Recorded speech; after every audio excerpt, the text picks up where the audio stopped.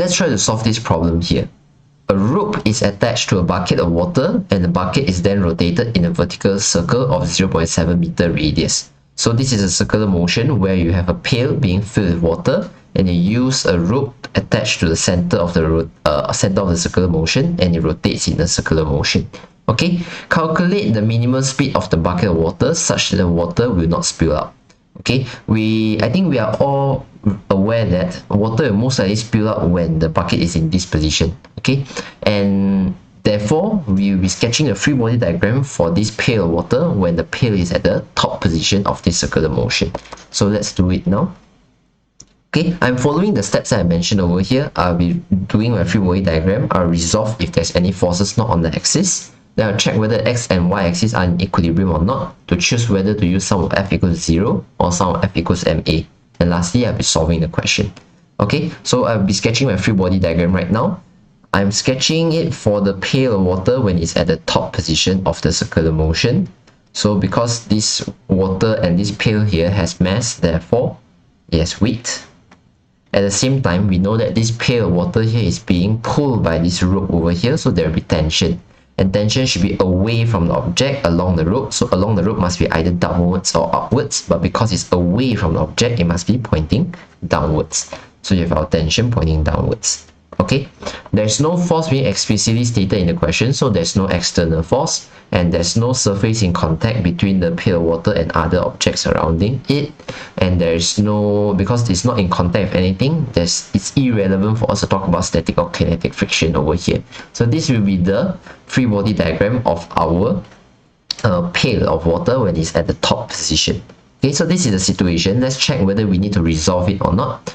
Well, there's nothing for us to resolve because all the forces are in the y-axis. So there's nothing to resolve. We move on to the third step, which is to check whether it's in equilibrium or not.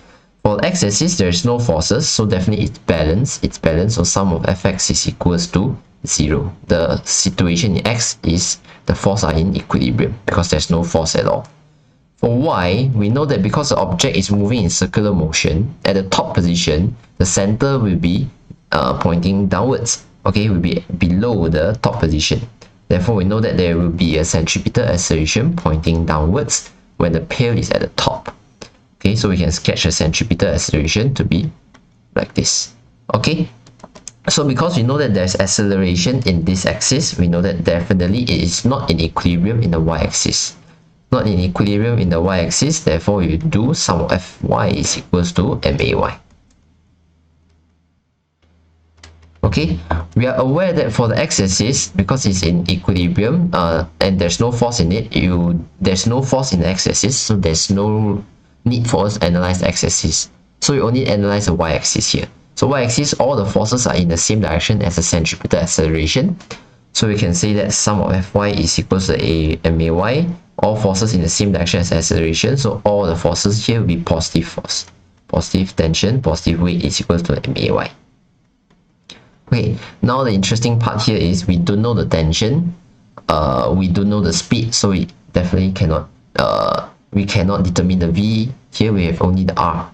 Okay, but they are asking for the minimum speed. Okay, let's try to think about what is the minimum speed required so that the water will not spill out. Okay, if you have a cup, let's say, if your cup is being swing upwards when you reach the top, how will the water flow out? Okay, the water, if the speed is high enough, you will definitely just pass through the top position and just fall back down. But what causes it to spill out is when the bucket reaches the top, but the rope connecting the bucket to the center of the circular motion becomes loose, okay, or it's not taut anymore, T-A-U-T, not taut anymore, then the bucket will fall, right, because it is not being stretched tightly to follow through a circular path. If the speed is not enough, then the bucket will fall and it will cause the rope to become not stretched out anymore. So when the bucket is not stretched out and when the string is not stretched out anymore, then the bucket will fall and definitely the water will spill out. Okay, so the condition in order for water to spill out is when the string become not taut anymore or not stretched out anymore. So when the string is not stretched out anymore, we can see that there will be no tension acting on the bucket anymore. when the water is going to spill out, there will be no tension anymore. So the minimum speed in order for us to have water not spilling out will be tension equals to at least 0. When tension is at least 0, then the water will not spill out.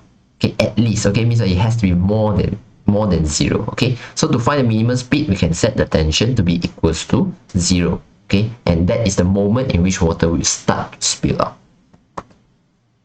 Okay, so water will spill when your tension equals to 0. Okay, so that means by your bucket is falling. Okay, so therefore you can say that tension, you change it to become 0 plus weight is equals to m, but v squared over r here, the v here should be the minimum v. When the speed is minimum, your tension just reach 0, and that is the moment where water, there's a possibility water will start to spill out. Okay, you have to be more than 0, but to find the minimum speed, you set the tension as 0.